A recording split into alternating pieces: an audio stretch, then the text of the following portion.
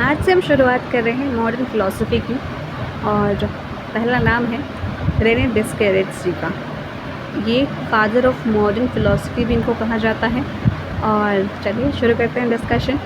तो 17वीं शताब्दी या 17th सेंचुरी जो भी आप कहना चाहें, उस समय का यूरोप, उसकी बात करते हैं। इस समय में यानी 17th सेंचुरी में लोग या स्पेसिफ़िकली हम लोग फ़िलॉसफ़र कहें कि फ़िलॉसफ़र्स चाह रहे थे कि साइंस और फ़िलॉसफ़ी को चर्च और एरिस्टोटल की टीचिंग से अलग करना।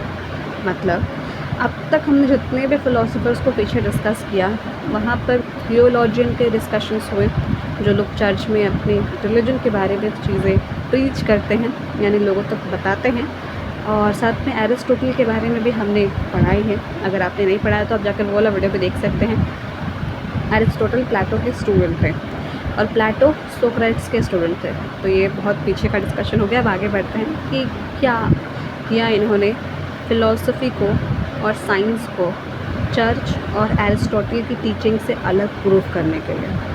ओके, तो सबसे इसका फेमस आइडिया ये है कि कोगिटो एर्गो सम, मतलब इसका हिंदी अनुवाद करें तो ये है कि मैं सोचता हूँ इसलिए मैं हूँ। मतलब सिंपल शब्दों में ये कि हम सोच रहे हैं इसलिए हमारी एग्जिस्टेंस है इस दुनिया में। अब पढ़ लेते हैं और डिफरेंट आइडियाज़। सबसे पहला तो इनका यही है मेथड ऑफ डाउट, मतलब जो भी चीज़ें आप सोच रहे हैं। जैसे कई बार ऐसा होता है ना कि हम खुद भी लोगों को काफ़ी सजेशंस देते हैं कि आप ये गलत कर रहे हैं, ये सही कर रहे हैं। तो उसको करने से पहले ना आप लोग खुद भी सोच लीजिए कि आप बोल रहे हैं किसी को कि ये गलत है तो क्यों गलत है। आप वहाँ पर डायरेक्ट एक स्टेटमेंट नहीं दे रहे हैं कि हाँ ये करो, आप कह रहे हैं गलत है। तो क्यों गलत है आपको भी पता होना चाहिए ना। और आप अपने आप पर डाउट कर रहे हैं कि अच्छा मैं कह रहा हूँ कि ये चीज़ गलत है तो क्यों गलत है। और यही डाउट में जब आप अपने आप को क्वेश्चन करते हैं तब डाउट कर रहे हैं आप खुद पर नहीं, एक तरीके से उस कॉन्सेप्ट पर कि ये चीज़ गलत है या सही है नहीं, उन चीज़ों पर।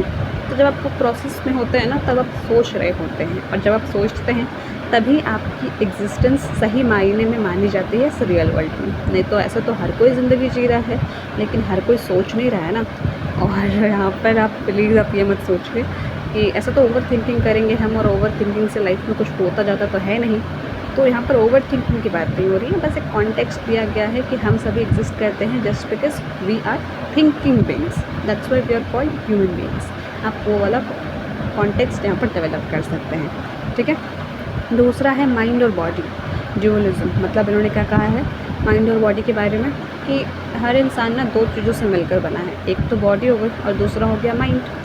और माइंड हमारा नॉन मटेरियल है, लेकिन बॉडी हमारी मटेरियल है। मतलब मटेरियल इन द सेंस कोई एक ऑब्जेक्ट है ना। माइंड हमारे ब्रेन के अंदर एक पार्ट होता है। तो माइंड को तो हम नहीं बोल सकते कि वो एक वस्तु है जिसे हम टच कर सकते हैं रेगुलरली और डेली बेसिस। वो तो तभी शो अप होता है, या आपने गूगल पे पिक्चर्स देखे होंगे जब कोई ना कोई रिसर्च आया होता है, तब वहाँ पर माइंड के पिक्चर्स देखने को मिलते हैं। लेकिन डेली लाइफ में हमारे बॉडी के अंदर वो सिचुएटेड होता है ना, तो उसको हम लोग कैसे टच एंड फील कर सकते हैं, वो तो हम बस सोच सकते हैं उससे। तो इसलिए वो हो गया आपका एक नॉन मटेरियल। और मटेरियल मतलब जो चीज़ें आप टच कर सकते हैं, जैसे हमारी बॉडी को आप खुद अपने आप को टच करके देख सकते हैं ना कि हाँ we have a physical body.